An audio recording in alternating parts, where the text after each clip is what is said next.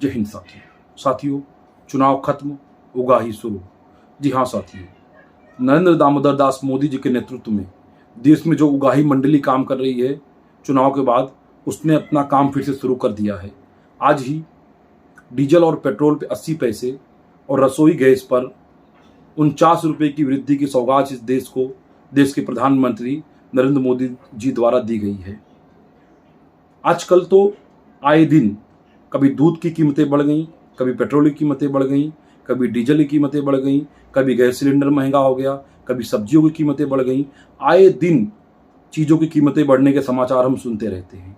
और यदि हम 2-3 दिन महंगाई के समाचार न सुने तो हमें डर लगने लगता है कि कहीं हमारे देश का विकास रुक तो नहीं गया, कहीं हमारा देश कमज़ोर तो नहीं हो रहा है, कहीं निर्माण कार्य रुक तो नहीं गया।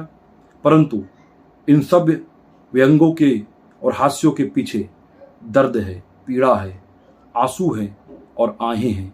आज देश का गरीब आदमी, आम आदमी अपनी रसोई नहीं चला पा रहा है, उसका घर चलाना दूभर हो गया है।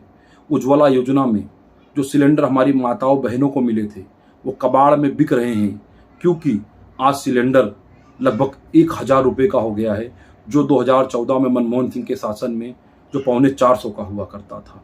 मोदी जी ने नारा दिया था, बहुत हुई महंगाई की मार, अब की बार मोदी सरकार।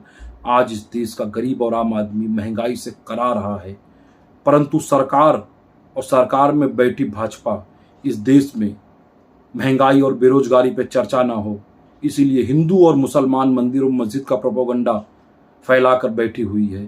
सरकार मुफ्त में कश्मीर फाइल्स दिखा रही है ताकि देश की जनता को महंगाई का एहसास ना हो, ताकि देश के युवा को बेरोजगारी का एहसास ना हो। हाल ही में मैंने एक रिपोर्ट पढ़ा, उसमें ये बताया गया कि पिछले 2 वर्षों में देश के लोगों का किराना खर्च 44% बढ़ चुका है। आज लोगों की नौकरियां जा रही हैं, लोगों की आमदनी घट रही है। एक रिपोर्ट में खुलासा हुआ कि देश के 84% लोगों की आमदनी घट गई।